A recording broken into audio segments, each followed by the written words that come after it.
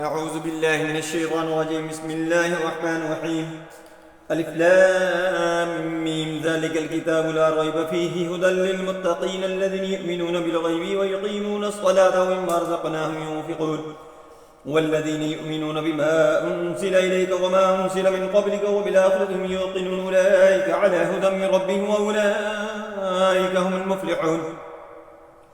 إن الذين كفروا سواء عليهم أنذرتهم أم لم تنذرهم لا يؤمنون. ختم الله على قلوبهم وعلى سمعهم وعلى أبصارهم غشاوة ولهم عذاب عظيم. ومن الناس من يقول آمنا بالله وباليوم الآخر وما هم بمؤمنين يخادعون الله والذين آمنوا وما يخدعون إلا أنفسهم وما يشعرون. في قلوبهم مرض فزادهم الله مرضا ولهم عذاب أليم بما كانوا يكذبون. وإذا قيل لهم لا تفسدوا في الأرض قالوا إنما نحن مصلحون ألا إنهم هم المفسدون ولكن لا يشعرون. وإذا قيل لهم آمنوا كما آمن الناس قالوا أنؤمن كما آمن السفهاء ألا إنهم هم السفهاء ولكن لا يعلمون. وإذا لقوا الذين آمنوا قالوا آمنا وإذا خلوا إلى شياطينهم قالوا إنا معكم إنما نحن مستهزئون. الله يستهزئ بهم ويمدهم في طغيانهم يعمهون. أولئك الذين اشتروا الضلالة بالهدى فما ربحت تجارتهم وما كانوا مهتدين. مثلهم كمثل الذي استوقد نارا فلما أضاءت ما حوله ذهب الله بنورهم وتركهم في ظلمات لا يبصرون. ثم بكم عمي فهم لا يرجعون. كصيب من السماء فيه ظلمات ورعد وبرق يجعلون أصابعهم في آذانهم من الصواعق حذر الموت والله محيط بالكافرين. يكاد البرق يخطف أبصارهم كلما أضاء لهم مشوا فيه وإذا أظلم عليهم قاموا ولو شاء الله لذهب بسمعهم وبصارهم إن الله على كل شيء قدير. يا أيها الناس اعبدوا ربكم الذي خلقكم والذين من قبلكم لعلكم تتقون. الذي جعل لكم الأرض فراشا والسماء بناء وأنزل من السماء ماء فأخرج به من الثمرات رزقا لكم فلا تجعلوا لله أندادا وأنتم تعلمون. وإن كنتم في ريب مما نزلنا على عبدنا فأتوا بسورة من مثله وادعوا شهداءكم من دون الله إن كنتم صادقين. فإن لم تفعلوا ولو تفعلوا فاتقوا النار التي وقودها الناس والحجارة أعدت للكافرين. وبشر الذين آمنوا وعملوا الصالحات أن لهم جنات تجري من تحتها الأنهار كلما رزقوا منها من ثمرة رزقا قالوا هذا الذي رزقنا من قبل وأتوا به متشابها ولهم فيها أزواج مطهرة وهم فيها خالدون. إن الله لا يستحيي أن يضرب مثلا ما بعوضة فما فوقها فأما الذين آمنوا فيعلمون أنه الحق من ربهم وأما الذين كفروا فيقولون ماذا أراد الله بهذا مثلا يضل به كثيرا ويهدي به كثيرا وما يضل به إلا الفاسقين الذين ينقضون عهد الله بعد ميثاقه ويقطعون ما آمر الله به أن يوصل يفسدون في الأرض أولئك هم الخاسرون. كيف تكفرون بالله وكنتم أمواتا فأحياكم ثم يميتكم ثم يحييكم ثم إليه ترجعون. هو الذي خلق لكم ما في الأرض جميعا ثم استوى إلى السماء فسواهن 7 سماوات وهو بكل شيء عليم.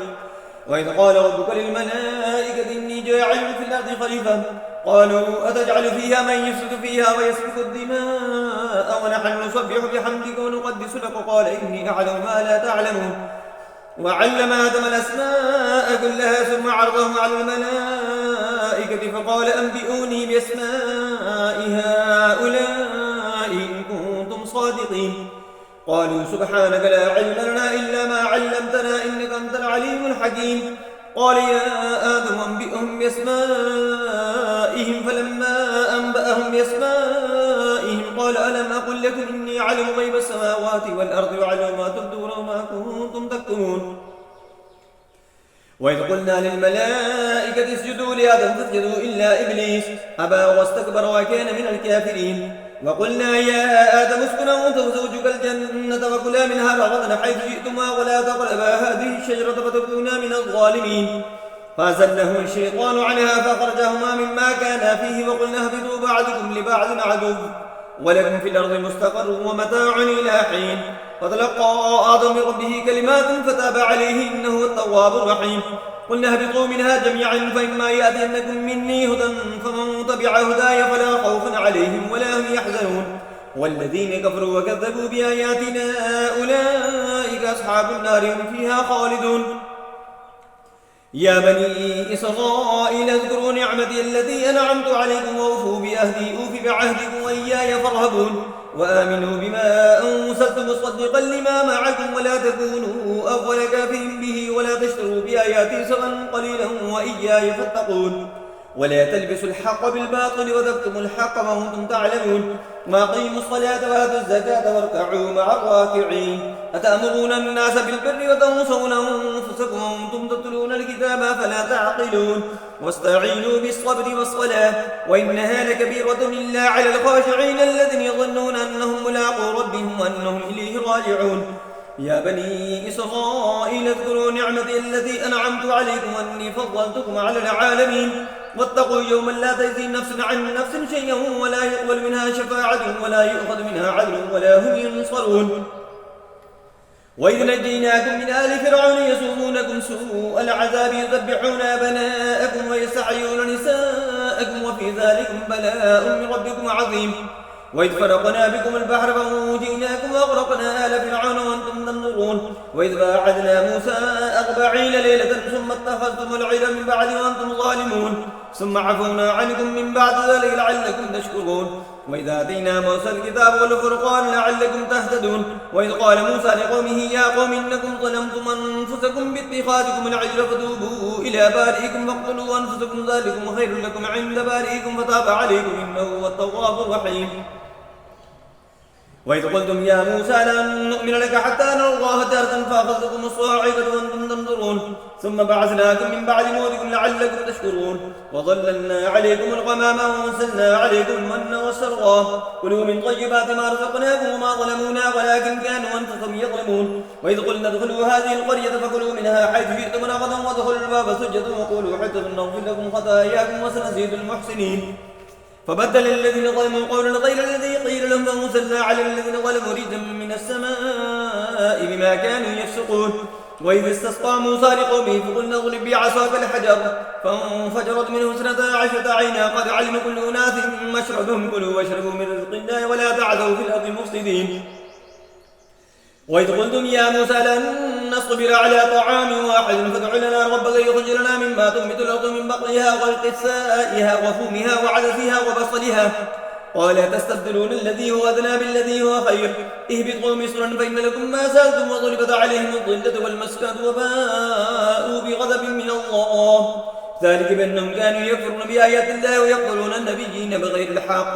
ذلك بما عصوا وكانوا يعتدون. إن الذين آمنوا والذين هادوا والنصارى والصابين من آمن بالله واليوم الآخر وعمل صالحا فلهم أجرهم عند ربهم ولا خوف عليهم ولا هم يحزنون.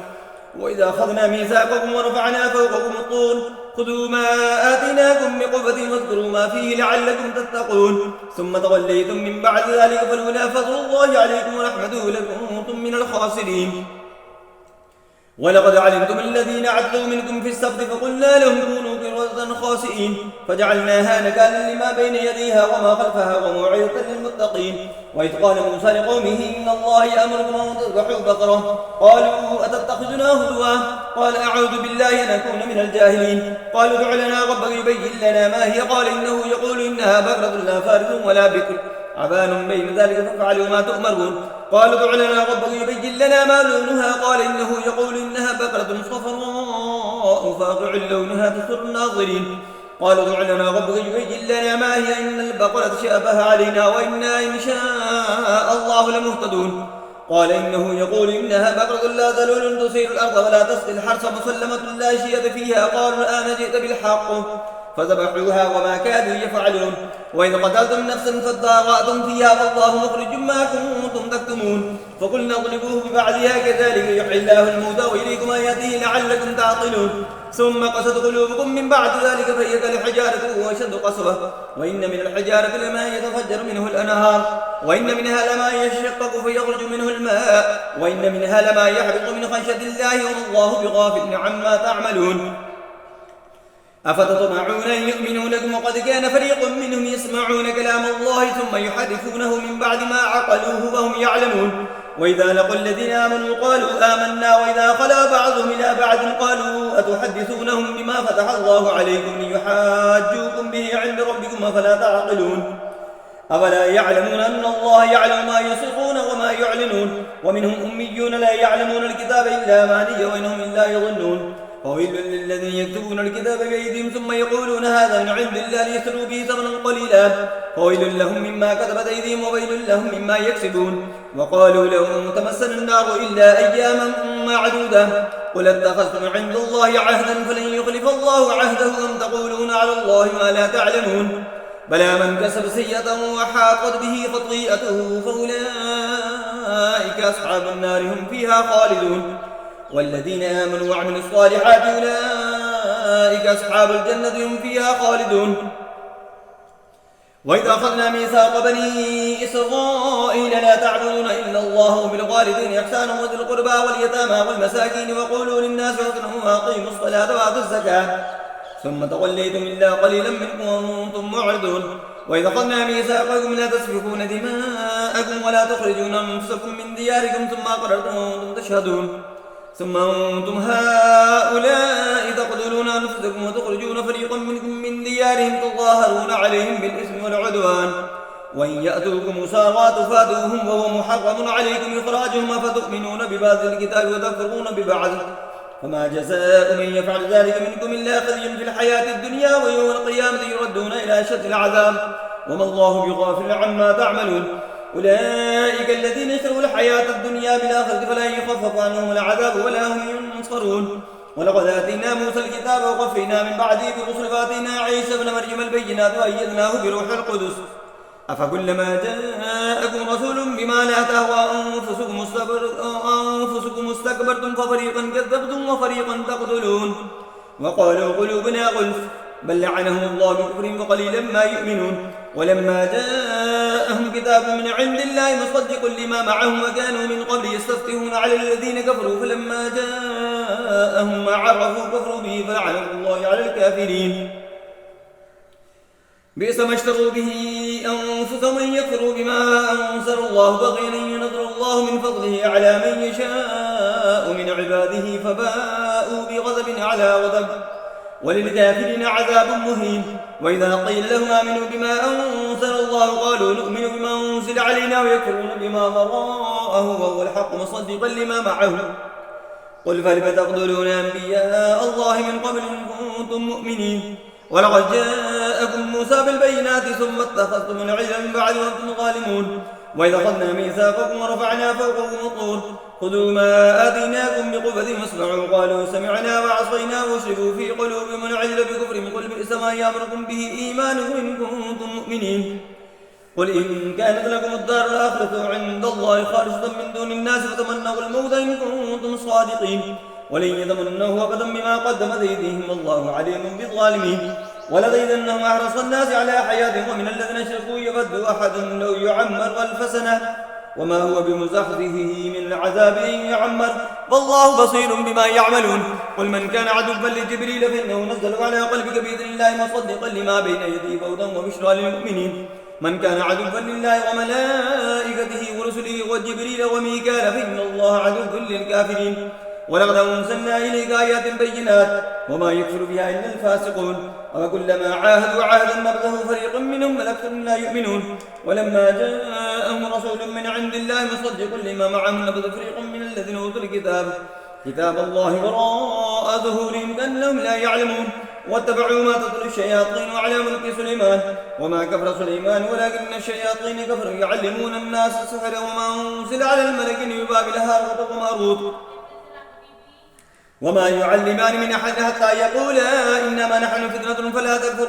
فيتعلمون منهما ما يفرقون به بين المرء وزوجه وما هم بضارين به من أحد إلا بإذن الله ويتعلمون ما يضرهم ولا ينفعهم ولقد علموا لمن اشتراه ما له في الآخرة من خلاق ولبئس ما شروا به أنفسهم لو كانوا يعلمون ولو أنهم آمنوا واتقوا لمثوبة من عند الله خير لو كانوا يعلمون يا أيها الذين آمنوا لا تقولوا راعنا وقولوا انظرنا واسمعوا وللكافرين عذاب أليم ما يود الذين كفروا من أهل الكتاب ولا المشركين أن ينزل عليكم من خير من ربكم والله يختص برحمته من يشاء والله ذو الفضل العظيم ما ننسخ من آية أو ننسها نأتي بخير منها ومثلها ألم تعلم أن الله على كل شيء قدير ألم تعلم أن الله له ملك السماوات والأرض وما لكم من دون الله من ولي ولا نصير أم تريدون أن تسألوا رسولكم كما سئل موسى من قبل ومن يتبدل الكفر بالإيمان فقد ضل سواء السبيل ود كثير من أهل الكتاب لو يردونكم من بعد إيمانكم كفارا حسدا من عند أنفسهم من بعد ما تبين لهم الحق فاعفوا واصفحوا حتى يأتي الله بأمره إن الله على كل شيء قدير وأقيموا الصلاة وآتوا الزكاة وما تقدموا لأنفسكم من خير تجدوه عند الله إن الله بما تعملون بصير وقالوا لن يدخل الجنة إلا من كان هودا أو نصارى تلك أمانيهم قل هاتوا برهانكم إن كنتم صادقين بلى من أسلم وجهه لله وهو محسن فله أجره عند ربي ولا خوف عليهم ولا هم يحزنون وقالت اليهود ليست النصارى على شيء وقالت النصارى ليست اليهود على شيء وهم يتلون الكتاب كذلك قال الذين لا يعلمون مثل قولهم فالله يحكم بينهم يوم القيامة فيما كانوا فيه يختلفون ومن أظلم ممن منع مساجد الله أن يذكر فيها اسمه وسعى في خرابها أولئك ما كان لهم أن يدخلوها إلا خائفين لهم في الدنيا خزي ولهم في الآخرة عذاب عظيم ولله المشرق والمغرب فإن تولوا فثم وجه الله إن الله واسع عليم وقالوا اتخذ الله ولدا سبحانه بل له ما في السماوات والأرض كل له قانتون بديع السماوات والأرض وإذا قضى أمرا فإنما يقول له كن فيكون وقال الذين يعلمون لولا يكلمنا الله وآتينا آية كذلك قال الذين من قبلهم مثل قولهم تشابهت قلوبهم قد بينا الآيات لقوم يوقنون إنا أرسلناك بالحق بشيرا ونذيرا ولا تسأل عن أصحاب الجحيم ولن ترضى عنك اليهود ولا النصارى حتى تتبع ملتهم قل إن هدى الله هو الهدى ولن اتبعت أهواءهم بعد الذي جاءك من العلم ما لك من الله من ولي ولا نصير الذين آتيناهم الكتاب يطلونه حق تلاوته أولئك يؤمنون به ومن يكفر به فأولئك هم الخاسرون يا بني إسرائيل اذكروا نعمتي التي أنعمت عليكم وأني فضلتكم على العالمين واتقوا يوما لا تجزي نفس عن نفس شيئا ولا يقبل منها عدل ولا تنفعها شفاعة ولا هم ينصرون وإذ ابتلى إبراهيم ربه بكلمات فأتمهن قال إني جاعلك للناس إماما قال ومن ذريتي قال لا ينال عهد الظالمين وإذ جعلنا البيت مثابة للناس وأمنا واتخذوا من مقام إبراهيم مصلى وعهدنا إلى إبراهيم وإسماعيل أن طهر بيتا للطائفين والعاكفين والركع السجود بيتي للطائفين والعاكفين والركع السجود وإذ قال إبراهيم رب اجعل هذا بلدنا آمنا وارزق أهله من الثمرات من آمن منهم بالله واليوم الآخر قال ومن كفر فمطيعه قليلا ثم اضطره إلى عذاب النار وبئس المصير وإذ يرفع إبراهيم القواعد من البيت وإسماعيل ربنا تقبل منا إنك أنت السميع العليم ربنا واجعلنا مسلمين لك ومن ذريتنا أمة مسلمة لك وارنا مناسكنا وتب علينا إنك أنت التواب الرحيم ربنا وابعث فيهم رسولا منهم يتلو عليهم آياتك ويعلمهم الكتاب والحكمة ويزكيهم إنك أنت العزيز الحكيم ومن يرغب عن ملة إبراهيم إلا من سفي نفسه ولقد اصطفيناه في الدنيا وإنه في الآخرة من الصالحين إذ قال له ربه أسلم قال أسلمت لرب العالمين ووصى بها إبراهيم بنيه ويعقوب يا بني إن الله اصطفى لكم الدين فلا تموتن إلا وأنتم مسلمون أم كنتم شهداء إذ حضر يعقوب الموت إذ قال لبنيه ما تعبدون من بعدي قالوا نعبد إلهك وإله آبائك إبراهيم وإسماعيل وإسحاق إله واحد ونحن له مسلمون تلك أمة قد خلت لها ما كسبت ولكم ما كسبتم ولا تسألون عما كانوا يعملون وقالوا كونوا هودا أو نصارى تهتدوا قل بل ملة إبراهيم حنيفا وما كان من المشركين قولوا آمنا بالله وما أنزل إلينا وما أنزل إلى إبراهيم وإسماعيل وإسحاق ويعقوب والأسباط وما أوتي موسى وعيسى وما أوتي النبيون من ربهم لا نفرق بين أحد منهم ونحن له مسلمون فإن آمنوا بمثل ما آمنتم به فقد اهتدوا وإن تولوا فإنما هم في شقاق فسيكفيكهم الله وهو السميع العليم صبغة الله ومن أحسن من الله صبغة ونحن له عابدون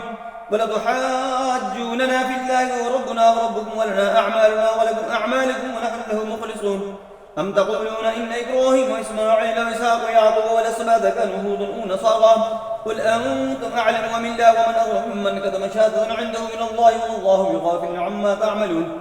تلك أمة قد خلت لها ما كسبت لكم ما كسبتم ولا تسألون عما كانوا يعملون سيقول السفهاء من الناس ما ولاهم عن قبلتهم التي كانوا عليها قل لله المشرق والمغرب يهدي من يشاء إلى صراط مستقيم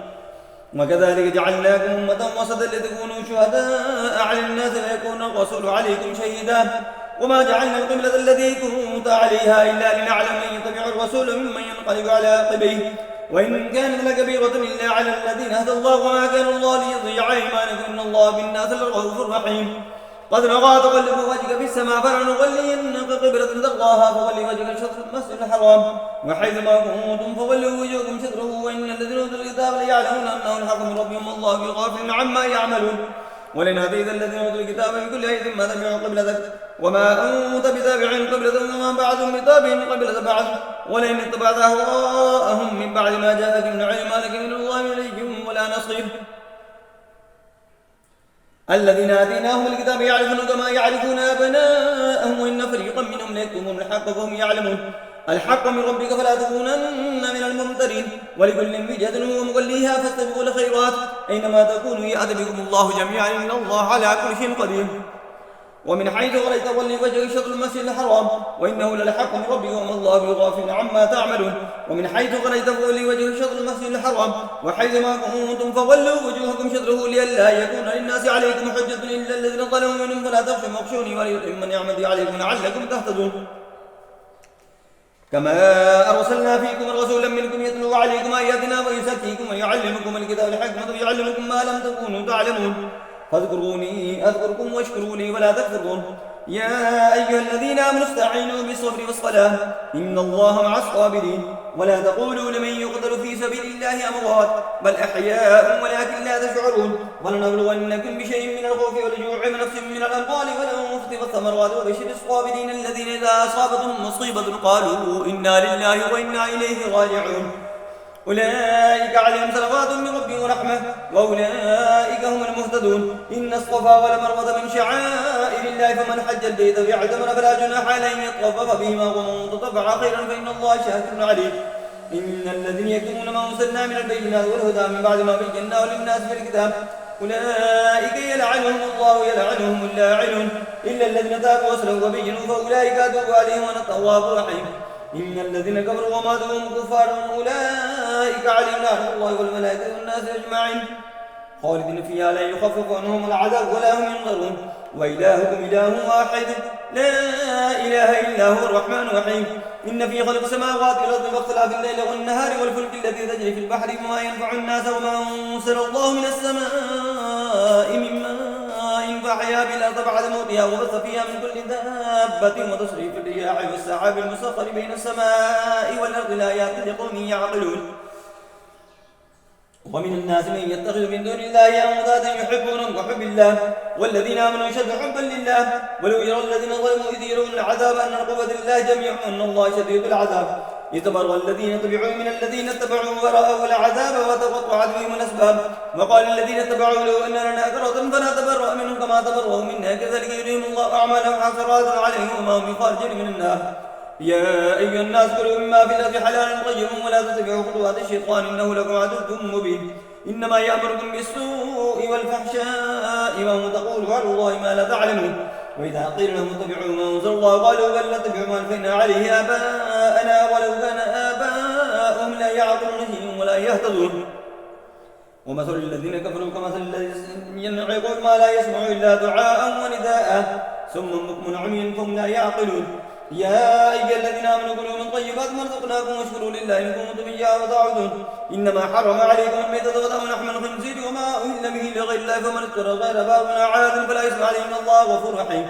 إن الذين يكتمون ما أنزل الله من الكتاب يشترون به ثمنا قليلا أولئك ما يأكلون في بطونهم إلا النار ولا يكلمهم الله يوم القيامة ولا يزكيهم ولهم عذاب أليم أولئك الذين اشرفوا الضلالة بالهدى والعذاب بالمغفرة فما أصبرهم على النار ذلك بأن الله نزل الكتاب بالحق وإن الذين خلوا فيه لفي شقاق بعيد ليس البر أن تولوا وجوهكم من قبل المشرق والمغرب ولكن البر من آمن بالله واليوم الآخر والملائكة والكتاب والنبيين وآتى المال على حبه ذوي القربى واليتامى والمساكين وابن السبيل والسائلين وفي الرقاب وأقاموا الصلاة وآتوا الزكاة والموفون بعهدهم إذا عاهدوا والصابرين في البأساء والضراء وحين البأس أولئك الذين صدقوا وأولئك هم المتقون. يا أيها الذين آمنوا كتب عليكم القصاص في القتلى الحر بالحر والعبد بالعبد والأنثى بالأنثى فمن عفي له من أخيه شيء فاتباع بالمعروف وأداء إليه بإحسان ذلك تخفيف من ربكم ورحمة ومن اعتدى بعد ذلك فله عذاب أليم ولكم في القصاص حياة يا أولي الألباب لعلكم تتقون. كتب عليكم إذا حضر أحدكم الموت إن تروا خيرا الوصية للوالدين والأقربين بالمعروف حقا على المتقين ومن بدله بعد ما سمعه فإنما اسمه على الذين يبدلون إن الله سميع عليم. ومن خاف من موصى جنفا أو إثما فاصلح بينهم فلا إثم عليه إن الله غفور رحيم. يا أيها الذين آمنوا كتب عليكم الصيام كما كتب على الذين من قبلكم لعلكم تتقون أياما معدودات فمن كان منكم مريضا ولا سفر بعيدا من أيام أخر وعلى الذين يطيقونه فدية طعام مسكين ومن تطوع خيرا فهو خير له وأن تصوموا خير لكم إن كنتم تعلمون. شهر رمضان الذي ينزل فيه القرآن هدى للناس وبينات من الهدى والفرقان ومن شاء منكم الشهر فليصم ومن كان مريضا أو على سفر بعيدا من أيام أخر يريد الله بكم اليسر ولا يريد بكم العسر ولتكملوا العدة ولتكبروا الله على ما هداكم لعلكم تشكرون. وإذا سألك عبادي أني فإني قريب أجيب دعوة الداعي إذا دعاني فليستجيبوا لي وليؤمنوا بي لعلهم يرشدون. أحل لكم ليلة الصيام رفث لنسائكم هن لباس لكم وأنتم لباس لهن علم الله أنكم كنتم تختانون أنفسكم فتاب عليكم وعفى عنكم الآن باشروهن وابتغوا ما كتب الله لكم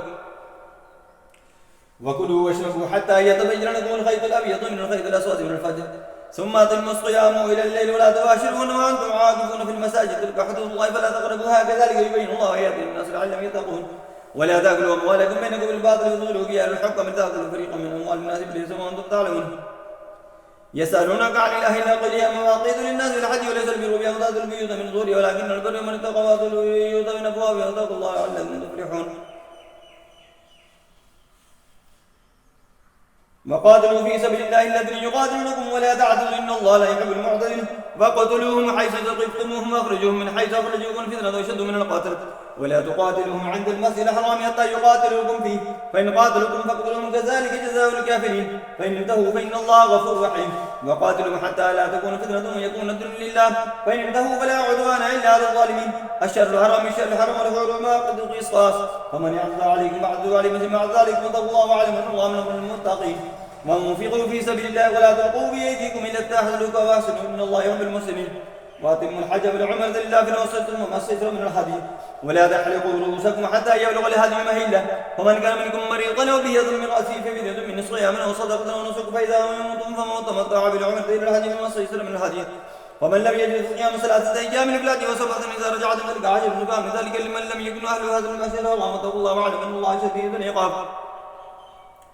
الحج أشهر معلومات فمن فرض فيهن الحج فلا رفث ولا فسوق ولا جدال في الحج وما تفعلوا من خير يعلمه الله وتزودوا فإن خير الزاد التقوى واتقون يا أولي الألباب. ليس عليكم جناح أن تبتغوا فضلا من ربكم فإذا أفضتم من عرفات فاذكروا الله عند المشعر الحرام واذكروا كما هداكم إن كنتم من قبله لمن الضالين. ثم أفيضوا من حيث أفاض الناس واستغفروا الله إن الله غفور رحيم. فإذا قضيتم مناسككم فاذكروا الله كذكركم آباءكم وأشد ذكرا. ومن الناس من يقول ربنا آتنا في الدنيا وما له في الآخرة من خلاق ومنهم من يقول ربنا آتنا في الدنيا حسنة وفي الآخرة حسنة وقنا عذاب النار أولئك لهم نصيب مما كسبوا والله سريع الحساب. واذكروا الله في أيام معدودات فمن تعجل في يوم فلا إثم عليه ومن تأخر فلا إثم عليه لمن اتقى فاتقوا الله واعلموا أنكم إليه تحشرون. ومن الناس من يعجبك قوله في الحياة الدنيا ويشهد الله لا ما في قلبه ولو ذل خصام وإذا تولى سعى في الأرض يفسد فيها ويهلك الحرث والنصر فالله لا يحب الفساد. وإذا قيل له اتق الله أخذته العزة بالإثم فاسمه الجنة ولبئس المهاد. ومن الناس من يشري نفسه ابتغاء مرضات الله والله رؤوف بالعباد. يا أيها الذين آمنوا ادخلوا في السلم كافة ولا تتبعوا خطوات الشيطان إنه لكم عدو مبين. فإن زللتم من بعد ما جاءتكم البينات فاعلموا أن الله عزيز حكيم. هل ينظرون إلا أن يأتيهم الله في ظلل من الغمام والملائكة وقضي الأمر وإلى الله ترجع الأمور. سل بني إسرائيل كما آتيناهم من آية بينة ومن يبدل نعمة الله بعد ما جاءته فإن الله شديد العقاب. زين للذين كفروا الحياة الدنيا ويسخرون من الذين آمنوا والذين اتقوا فوقهم يوم القيامة والله يرزق من يشاء بغير حساب. كان الناس أمة واحدة فبعث الله النبيين ومبشرين ومنذرين وأنزل معهم الكتاب بالحق ليحكم بالناس ما اختلفوا فيه وما اختلف فيه إلا الذين أوتوه من بعد ما جاءتهم البينات بغيا بينهم قال الله الذين آمنوا وقالوا فيه من الحق بإذنه والله يهدي من يشاء إلى صراط مستقيم. أم حسبتم أن تدخلوا الجنة ولما يأتكم مثل الذين خلوا من قبلكم مستهم البأساء والضراء وزلزلوا حتى يقول الرسول والذين آمنوا معه متى نصر الله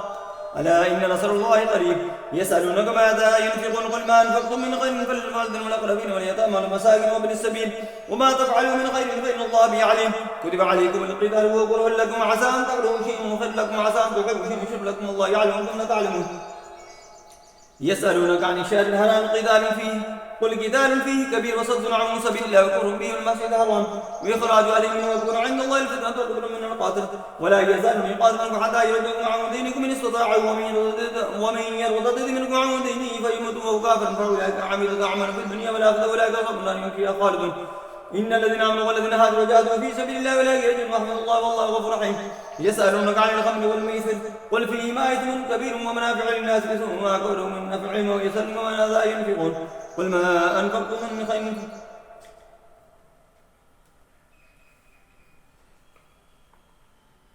والله غفور رحيم. يسألونك عن الخمر والميسر قل فيهما إثم كبير ومنافع للناس وإثمهما أكبر من نفعهما ويسألونك ماذا ينفقون قل العفو كذلك يبين الله لكم الآيات لعلكم تتفكرون في الدنيا والآخرة. ويسألونك عن اليتامى قل إصلاح لهم خير وإن تخالطوا فإخوانكم والله يعلم المفسد من المصلح ولو شاء الله لأعنتكم إن الله عزيز حكيم. ولا تنكحوا المشركات حتى يؤمنوا ولا أمة مؤمنة خير من مشركة ولو أعجبكم ولا تنكحوا المشركين حتى يؤمنوا ولا عبد مؤمن خير من مشرك وأعجبكم أولئك يدعون إلى النار والله يدعو إلى الجنة والمغفرة بإذنه ويبين آيات للناس لعلهم يتذكرون. ويسألونك عن المحيض قل هو أذى فاعتزلوا النساء في المحيض ولا تقربوهن حتى يطهرن فإذا تطهرن فأتوهن من حيث أمركم الله إن الله يحب التوابين ويحب المتطهرين. نساؤكم حرث لكم فأتوا حرثكم أن شئتم وقدموا لأنفسكم واتقوا الله واعلموا أنكم ملاقوه وبشر المؤمنين. ولا تجعلوا الله عرضة لأيمانكم أن تبروا وتتقوا وتصلحوا بين الناس والله سميع عليم. لا يؤاخذكم الله باللغو في أيمانكم ولكن يؤاخذكم ما كسبت قلوبكم والله غفور حليم. للذين يؤلون من نسائهم تربص 4 أشهر فإن فاءوا فإن الله غفور رحيم. وإن عزموا الطلاق فإن الله سميع عليم. والمطلقات يتربصن بأنفسهن 3 قروء ولا يحل لهن أن يكتمن ما خلق الله في أرحامهن إن كن يؤمن بالله واليوم الآخر وبعولتهن وقبل الدين في ذلك نغاد إصلاحا ولهن مثل الذي عليهن بالمعروف وللرجال عليهن درجة والله عزيز حكيم. الطلاق مرتان فإمساك بمعروف وتصريح بإحسان ولا يحل لكم أن تأخذوا مما آتيتموهن شيئا إلا أن يخافا ألا يقيما حدود الله فإن خفتم أن لا يقيما حدود الله فلا جناح عليهما فيما افتدت به تلك حدود الله فلا تعتدوها ومن يتعدى حدود الله فأولئك هم الظالمون. فإن طلقها فلا تحل له من بعد وزاد كزوج غيره فإن طلقها فلا جناح عليهما أن يتراجعا إن ظن أن يقيما حدود الله وتلك حدود الله يبينها لقوم يعلمون. وإذا طلقتم النساء فبلغن أجلهن فامسكوهن بمعروف أو سرحوهن بمعروف ولا تمسكوهن ضرارا لتعتدوا ومن يفعل ذلك فقد ظلم نفسه.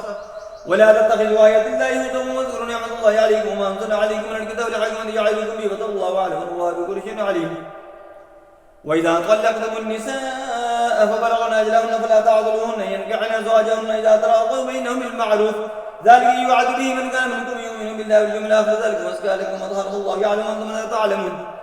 والوالدات يرضعن أولادهن حولين كاملين لمن أراد أن يتم الرضاعة وعلى المولود له رزقهن وكسوتهن بالمعروف لا تكلف نفس إلا وسعها لا تضار والد بولدها ولا مولود له بولده وعلى الوارث مثل ذلك من أراد فصلا عن تراض منهما وتشابه فلا جناح عليهما وإن أردتم أن تسترجعوا أولادكم ولا جناح عليكم إذا سلمتم ما آتيتم بالمعروف واتقوا الله واعلموا أن الله ما تعملون بصير.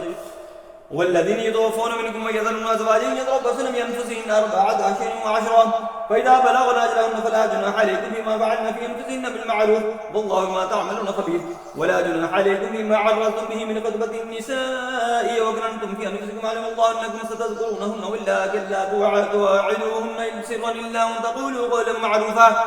ولا تعلموا عقدة النكاح حتى يبلغ الكتاب أجله فاعلموا أن الله يعلم ما في أنفسكم فاعذروا واعلموا أن الله غفور حليم. لا جناح عليكم إن طلقتم النساء ما لم تمسوهن أو تفرضوا لهن فريضة ومتعوهن على الموسع قدره وعلى المقتر قدره متاعا بالمعروف حقا على المحسنين وإن طلقتموهن من قبل أن تمسوهن وقد فرضتم لهن فريضة فنصف ما فرضتم إلا أن يعفون أو يعفو الذي بيده عقدة النكاح وهو تعفو أقرب للتقوى ولا تنسوا الفضل بينكم إن الله ما تعملون بصير حافظوا على الصلوات والصلاة الوسطى وقوموا لله قانتين فإن خفتم فرجالا أو ركبانا فإذا منكم فاذكروا الله كما علمكم ما لم تكونوا تعلمون والذين يتوفون منكم ويذرون أزواجهم وصية لأزواجهم متاعا إلى الحول غير إخراج فإن خرجن فلا جناح عليكم فيما فعلن في أنفسهن من معروف والله عزيز حكيم والمطلقات متاع بالمعروف حقا على المتقين في أنفسهن من معروف والله عزيز حكيم وللمطلقات متاع بالمعروف حقا على المتقين كذلك يبين الله لكم آياته لعلكم تعقلون ألم تر إلى الذين خرجوا من ديارهم ألوف حذر الموت فقال لهم الله موتوا ثم أحياهم إن الله لذو فضل على الناس ولكن أكثر الناس لا يشكرون وقاتلوا في سبيل الله واعلموا أن الله سميع عليم من ذا الذي يقبض الله قرضا حسنا فيضاعفه له أضعافا كثيرة والله يقبض ويبسط إليه ترجعون ألم تر إلى الملأ من بني إسرائيل من بعد موسى إذ قالوا لنبي الله وبعث لنا ملكا نقاتل في سبيل الله قال هل عسيتم إن كتب عليكم القتال ألا تقاتلوا قالوا وما لنا ألا نقاتل في سبيل الله وقد أخرجنا من ديارنا وبنائنا فلما كتب عليهم القتال تولوا إلا قليلا منهم والله عليم بالظالمين وقال لهم نبي من الله قد بعث لكم طالوت ملكا قالوا أنى يكون له الملك علينا ونحن أحق بالملك منه ولم يؤت سعة من المال قال إن الله اصطفاه عليكم وزاده بسطة في العلم والجسم والله يؤتي ملكه من يشاء والله واسع عليم وقال له النبي من آيات ملكه أن يأتيكم التابوت في سكينة من ربكم وبقية مما ترك آل موسى وآل هارون تحمله الملائكة إن في ذلك لآية لكم إن كنتم مؤمنين فلما فصل طالوت بالجنود قال إن الله مبتليكم بنهر فمن شرب منه فليس مني ومن لم يدعه فإنه مني إلا من اغترف غرفة بيده فشربوا منه إلا قليلا منهم فلما جاوزه والذين آمنوا معه قالوا لا طاقة لنا اليوم بجالوت وجنوده قال الذين يظنون أنهم ملاقو الله كم من فئة قليلة غلبت فئة كثيرة بإذن الله والله مع الصابرين ولما برزوا لجالوت وجنوده قالوا ربنا أفرغ علينا صبرا وثبت أقدامنا وانصرنا على القوم الكافرين فهزموهم بإذن الله وقتل داود جالوت وآتاه الله الملك والحكمة وعلمه مما يشاء ولولا دفع الله الناس بعضهم بعض لفسدت الأرض ولكن الله ذو فضل على العالمين تلك آيات الله نتلو عليك بالحق وإنكم إلا من المرسلين تلك الرسل فضلنا بعضهم على بعض منهم من كلم الله ورفع بعضهم درجات وآتينا عيسى ابن مريم البينة وأيدناه بروح القدس ولو شاء الله ما اقتتل الذين من بعد ما جاءتهم البينات ولكن اختلفوا فمنهم من آمن ومنهم من كفر ولو شاء الله ما اقتتلوا ولكن الله يفعل ما يريد يا أيها الذين آمنوا انفقوا مما رزقناكم من قبل أن يأتي يوم لا بيع فيه ولا خلة ولا شفاعة والكافرون هم الظالمون الله لا إله إلا هو الحي القيوم لا تأخذه سنة ولا نوم له ما في السماوات وما في الأرض من ذا الذي يشفع عنده إلا بإذنه يعلم ما بين أيديهم وما خلفهم ولا يحيطون بشيء من علمه إلا بما شاء وسع كرسيه السماوات والأرض ولا يؤوده حفظهما وهو العلي العظيم لا إكراه في الدين قد تبين الرشد من الغي فمن يكفر بالطاغوت ويؤمن بالله فقد استمسك بالعروة الوثقى لا انفصام لها والله سميع عليم الله ولي الذين آمنوا يخرجهم من الظلمات إلى النور والذين كفروا أولياءهم الطاغوت يخرجونهم من النور إلى الظلمات أولئك أصحاب النار هم فيها خالدون ألم تر إلى الذي حاج إبراهيم في ربه أن آتاه الله الملك إذ قال إبراهيم ربي الذي يحيي ويميت قال أنا أحيي وأميت قال إبراهيم فإن الله يأتي بالشمس من المشرق فأت بها من المغرب فبهت الذي كفر والله لا يهدي القوم الظالمين أو كالذي مر على قرية وهي خاوية على عروشها قال أن يحييها إلا بعد موتها فأماته الله 100 عام ثم بعثه قال كم لبثت قال لبثت يوما أو بعد يوم قال بل لبثت 100 عام فانظر إلى طعامك وشرابك لم يتسنه وانظر إلى حمارك ولنجعلك آية للناس وانظر إلى العظام كيف ننشدها ثم نكسوها لحما فلما تبين له قال أعلم أن الله على كل شيء قدير وإذ قال إبراهيم رب أرني كيف تحيي الموتى قال ولم تؤمن قال بلى ولكن ليطمئن قلبي قال فخذ أربعة من الطير فصرهن إليك ثم اجعل على كل جبل منهن جزءا ثم ادعوهن يأتينك سعيا واعلم أن الله عزيز حكيم. مثل الذين ينفقون أموالهم في سبيل الله كمثل حبة أنبتت 7 سنابل في كل سنبلة 100 حبة والله يضاعف لمن يشاء والله واسع عليم. الذين ينفقون أموالهم في سبيل الله ثم لا يتبعون ما أنفقوا منا ولا أذى لهم أجرهم عند ربهم ولا خوف عليهم ولا هم يحزنون. قول معروف ومغفرة خير من صدقة يتبعها أذى والله غني حليم. يا أيها الذين آمنوا لا تبطلوا صدقاتكم بالمن والأذى كالذي ينفق ماله رئاء الناس ولا يؤمن بالله واليوم الآخر فمثله كمثل صفوان عليه تراب فأصابه وابل فتركه صلدا لا يقدرون على شيء مما كسبوا والله لا يهدي القوم الكافرين. ومثل الذين ينفقون أموالهم ابتغاء مرضات الله وتثبيتا من أنفسهم كمثل جنة بربوة أصابها وابل فآتت أكلها ضعفين فإن لم يصبها وابل فطل والله ما تعملون بصير. أيود أحدكم أن تكون له جنة من نخيل وعناب تجري من تحتها الأنهار له فيها من كل الثمرات وأصابه الكبر وله ذرية ضعفاء فأصابها إعصار فيه نار فاحترقت كذلك يبين الله لكم الآيات لعلكم تتفكرون. يا أيها الذين آمنوا انفقوا من طيبات ما كسبتم ومما أخرجنا لكم من الأرض ولا تيمموا الخبيث منه تنفقون ولستم بآخذه إلا أن تغمضوا فيه واعلموا أن الله غني حميد. الشيطان يعدكم الفقر ويأمركم بالفحشاء والله يعدكم مغفرة منه وفضلا والله واسع عليم. يؤتي الحكمة من يشاء ومن يؤت الحكمة فقد أوتي خيرا كثيرا وما يذكر إلا أولو الألباب. وما أنفقتم من نفقة أو نذرتم من نذر فإن الله يعلمه وما للظالمين من النصار. إن تبدوا الصدقات فنعما هي وإن تخفوها وتؤتوها للفقراء فهو خير لكم ويكفر عنكم من سيئاتكم والله بما تعملون خبير.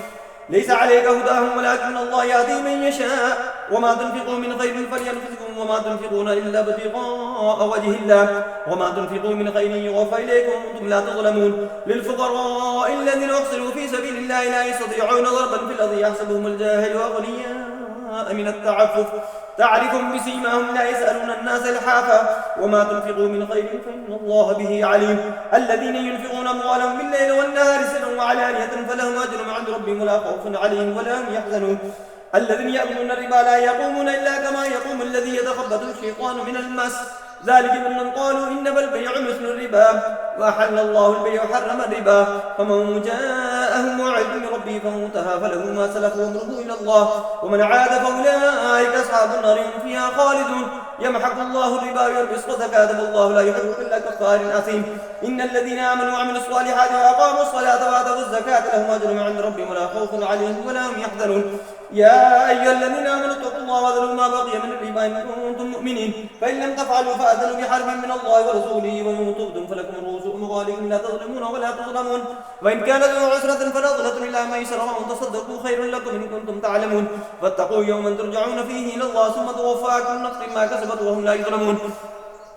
يا أيها الذين آمنوا إذا تداينتم بدين إلى أجل مسمى فاكتبوا وليكتب بينكم كاتب بالعدل ولا يأب كاتب أن يكتب كما علمه الله فليكتب وليملل الذي عليه الحق وليتق الله ربه ولا يبغض منه شيئا.